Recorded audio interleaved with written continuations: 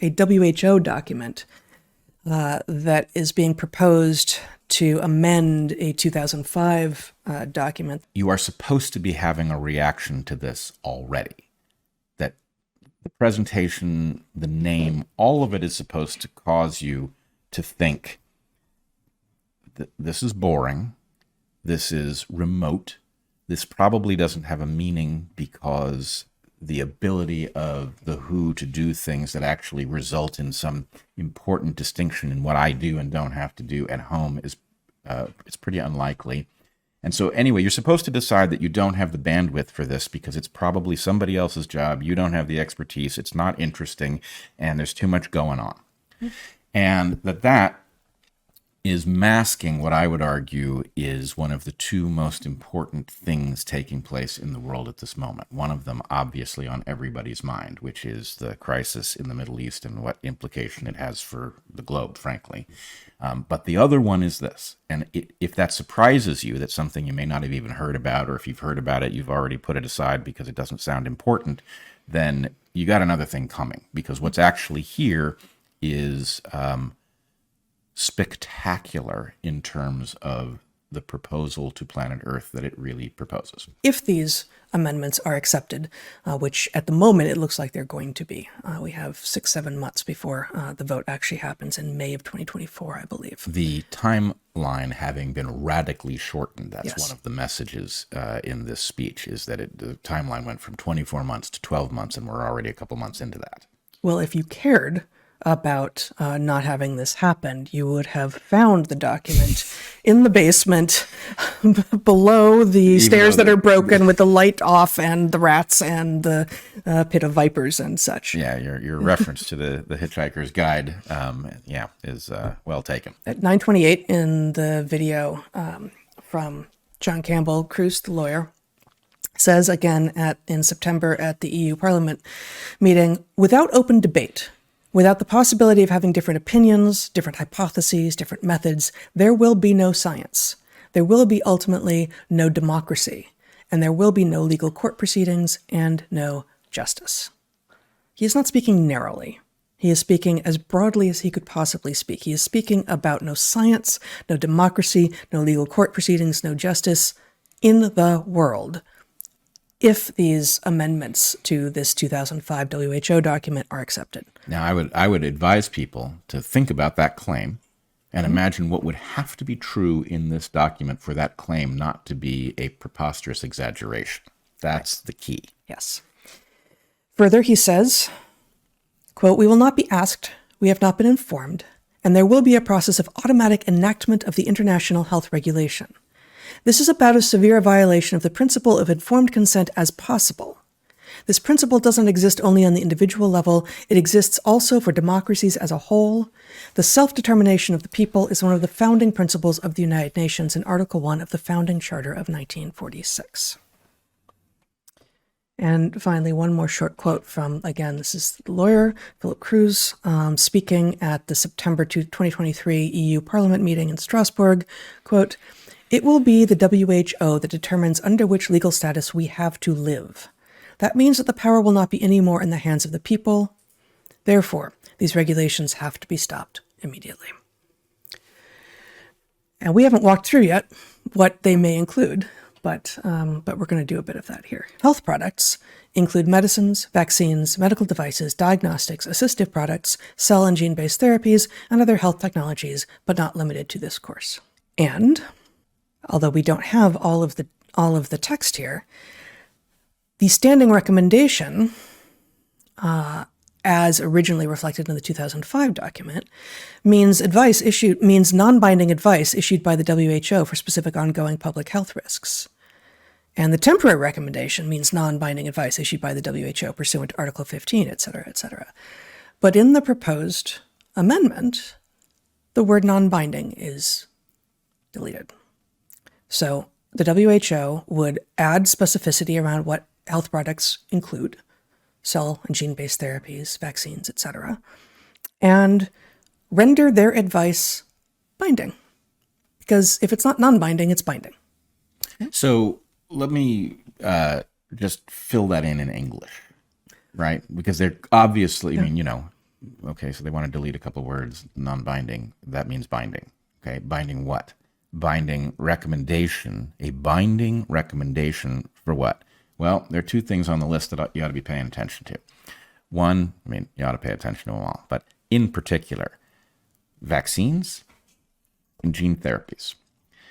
What this document means is that the WHO, at its sole discretion, would like the ability to mandate information be uploaded to your immune system via vaccines, and I mean true vaccines, or potentially the borrowing of your cells to produce materials that they were not built to produce, as in the mRNA vaccines, or potentially included within gene editing, they are talking about a right to actually edit your genome that would be in the hands of the WHO through a binding piece of advice. A binding piece of advice. That means that your nation would be required to facilitate your genome to be edited or your immune system to be updated, even if there were very good arguments for not doing it. And frankly, the only argument you should need is, that doesn't sound like a good idea to me. I don't want it. Yeah. Right? Informed consent is sacrosanct. As I pointed out here, as we pointed out months ago, we literally hung 7 doctors for violating this principle, even though it had not yet been codified. It's that clear. Yep. And yet here the WHO wants the power to force edits onto your genome or to force updates into your immune system. This is beyond insane. This could not possibly be more dystopian. And that's just Article 1. And that's just Article 1. Article 2, Scope and Purpose of the WHO's document reads, the purpose and scope of these regulations are to prevent, protect against, control, and provide a public health response to the international spread of disease in ways that are commensurate with and restricted to public health risk, and which avoid unnecessary interference with international traffic and trade. The recommended changes of Article 2, Scope and Purpose of the WHO's document reads, the purpose and scope of these regulations are to prevent, protect against, prepare, control, and provide a public health response to the international spread of diseases, including through health systems' readiness and resilience, in ways that are commensurate with and restricted to all risks with a potential to impact public health, and which avoid unnecessary interference with international traffic, livelihoods, human rights, and equitable access to health products and healthcare technologies and know-how. The big change there is we went from public health risk to all risks with a potential to impact public health. Who will be the ones deciding whether or not there's a potential to impact public health? Well, I imagine that would also be the WHO, wouldn't it? The WHO, and I would point out that the nature of public health, which we will get back to here at some point, is such that it's almost inconceivable that anything could be excluded. Right. Everything has the potential to affect public health. Anything that can affect individual health can affect public health. And so the vagueness of this definition, the addition of the word prepare, which I'm not even sure why they need it, because they've got prevent in there. But anyway, there's some, they're thinking something. They want the ability, even when it's not happening, to say, here's a mandate because we are going to be prepared that it will happen, which I would tell you should echo.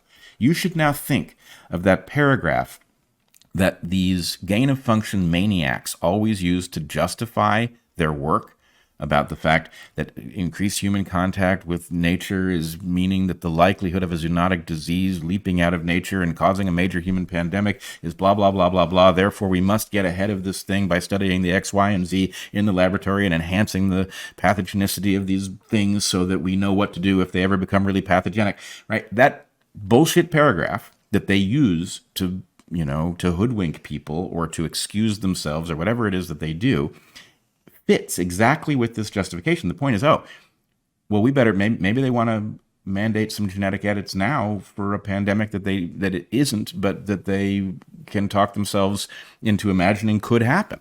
Yep. Right? There's nothing here to prevent them from doing that.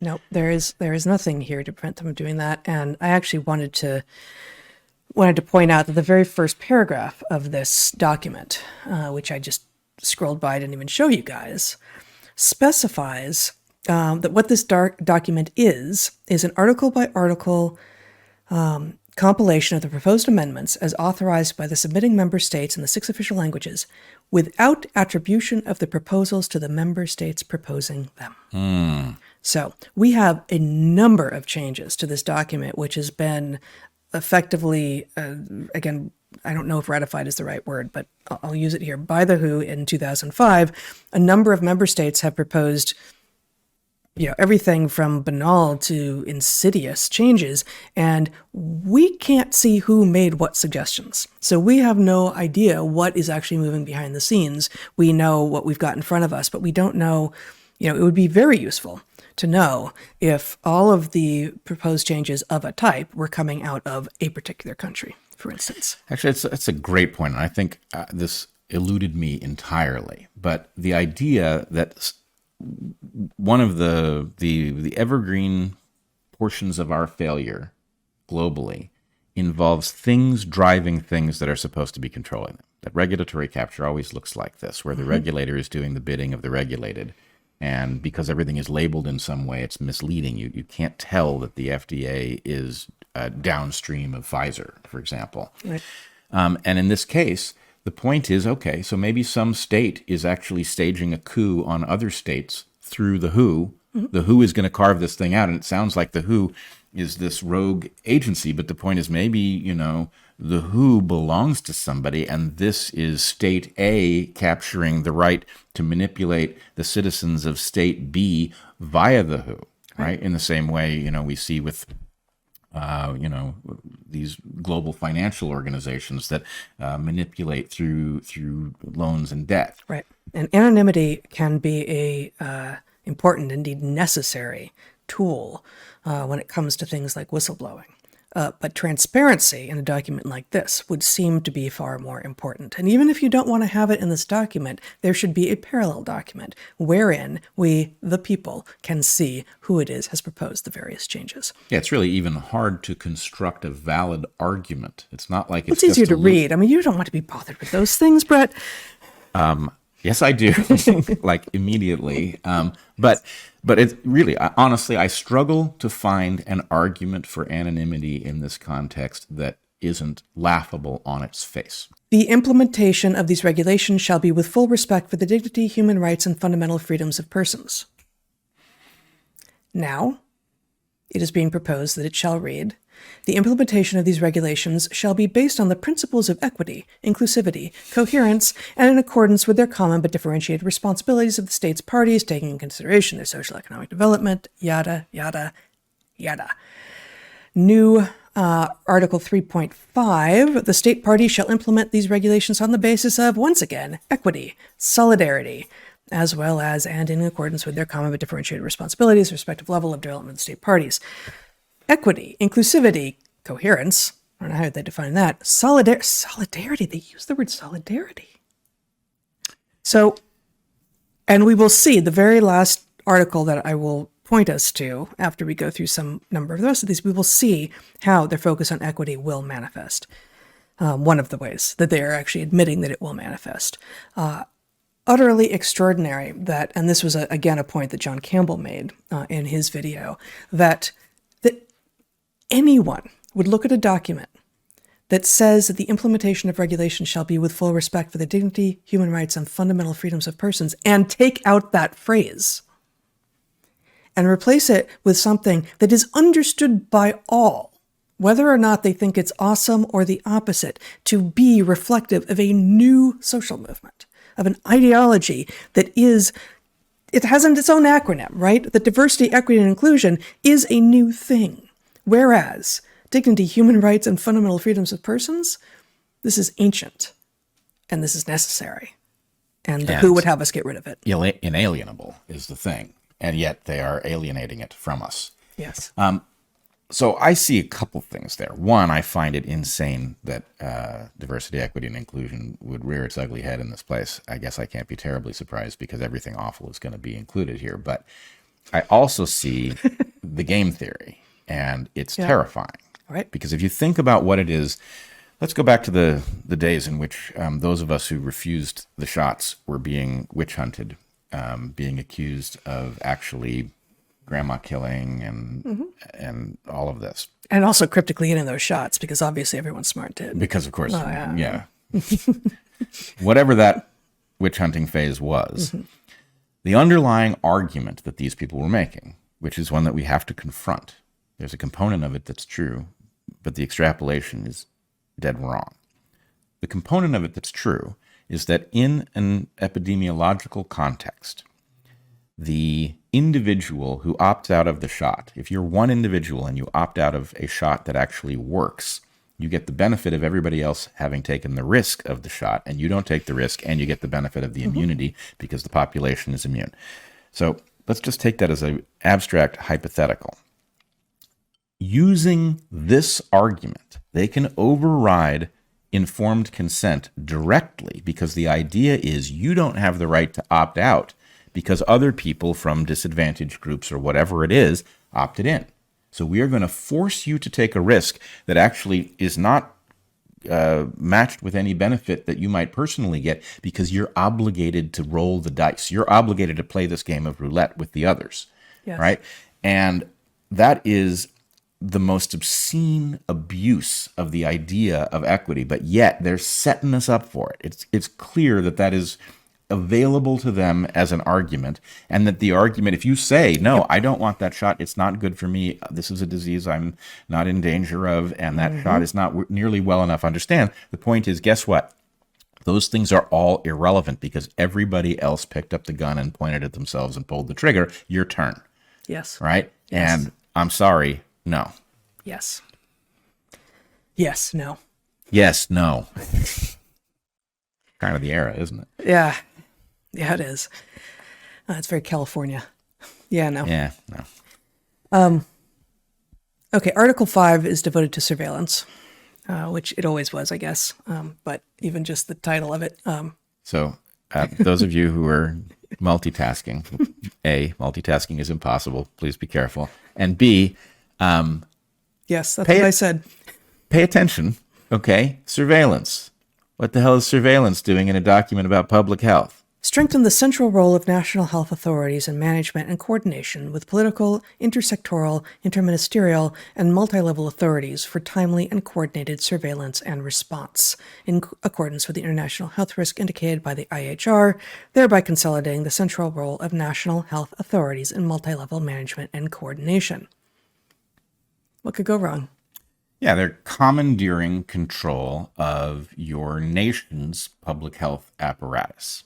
So the point is they are decapitating the apparatus that is supposed to be protecting the population, and they are putting it under WHO control. Yes. No nation shall be sovereign, and no human being shall be sovereign. This is a direct attack on sovereignty in the most profound ways. Your Constitution is subordinate to this document, which overrides it. Again, the original, which is not proposed to be changed, the original first sentence reads, each state party shall develop, strengthen, and maintain, as soon as possible but no later than 5 years from the entry into force of these regulations for that state party, the capacity to respond promptly and effectively to public health risks and public health emergencies of international concern as set out in Annex 1. Okay. Again, how is it that public health risks and public health emergencies are being determined?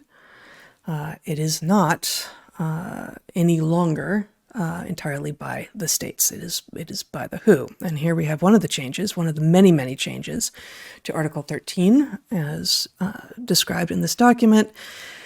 3. The World Health Organization shall, in its allocation plan for health products, inter alia, identify and prioritize the recipients of health products, including health workers, frontline workers, and vulnerable populations, and determine the required quantity of healthcare products for effective distribution to the recipients across states parties. The WHO would decide how much of the health products, again, which includes everything from presumably actually important and necessary medicines to gene therapies, how much of each goes to individual states, and the rubrics that they are using are now not human dignity and individual freedom, but things like equity and inclusion. So you have a provision here that actually speaks to, this is going to sound overwrought, but I think probably as people are detecting the number of sneaky and very important provisions here. Maybe people are catching on. There's a kind of implication of a need for medical communism here. So you can imagine a circumstance in which your nation, let's say, it stockpiles materials that would be necessary in case of a something. Yep. And then the WHO decides that those materials are better applied elsewhere in the globe, and the fact that you have paid for them and voted for wise people who have collected them or whatever doesn't matter, because the WHO decides that, somebody else deserves them more. Now, of course, there's no mechanism for preventing the capture of this apparatus so that those materials might end up to, those who have corrupted the system. That's where they're likely to go. But so this can happen in both directions. They can mandate bad stuff onto you. They can take good stuff from you. And just think, we have now a history in which, for example, I learned from Zev Zelenko before he died that the Netanyahu government destroyed a warehouse of hydroxychloroquine before, at the early stages of the pandemic. Now, imagine that the idea was hydroxychloroquine was not desired to be available for some reason. And the idea is, we can just simply transfer it away to where it's more useful. We can decide that there's a danger of a malaria outbreak somewhere, and we can arrange to have it all stockpiled somewhere that you can't get access to it. The ability of provisions like this to rearrange the materials of the world so that you just simply can't defend yourself is utterly profound. Yeah. I don't know. I don't have any idea of what the implications are for a nation state that creates the goods themselves. Are they to be required to share them under the equitable rules decided by the WHO, or are they to be allowed to keep what they make for their own citizens? I don't know. Let's put it this way. The MO of the authoritarians who are arranging to reorganize the rights that we have according to their new rules, what they are doing is they are hoarding discretion.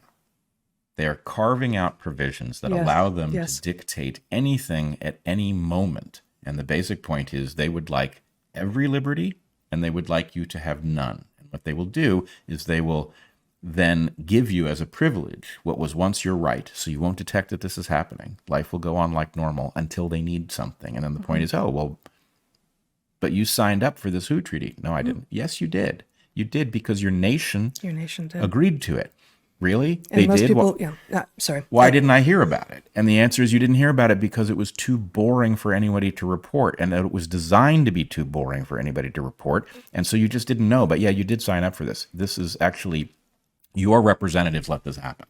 And in terms of day-to-day life, you said it, but it will be invisible to people until it's not. But at that point, it will be too late, precisely because the change will not register. Because what is now your right will, by accepting, if these changes are accepted in May of 2024 by the nation states who would vote on them, then what are currently your rights have become privileges, which are granted by the beneficence of the WHO, as opposed to which are yours because you have autonomy as a free human being. The game is they create perfect discretion for themselves, and they rob you of rights that you are sure you have and couldn't be relieved from you without your notice. You're wrong. They're doing it in documents. We don't know who. We know the who, but we don't know who is actually behind this. Right. And we don't know what their objective is, so we're always behind in terms of figuring out what the game is. But nonetheless, if you just simply extrapolate from what they are saying, this is a direct hit on the sovereignty of whatever nation you live in. It is a direct hit on your individual right to refuse things like medical treatments and technologies that you don't want.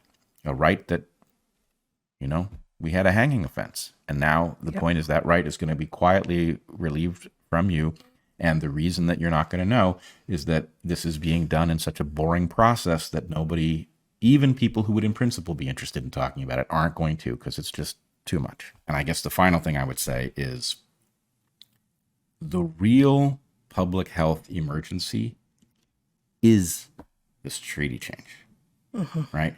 This is a public health emergency. People are going to die as a result of the powers that these people are carving out for themselves. They have their own objectives. We don't know what they are.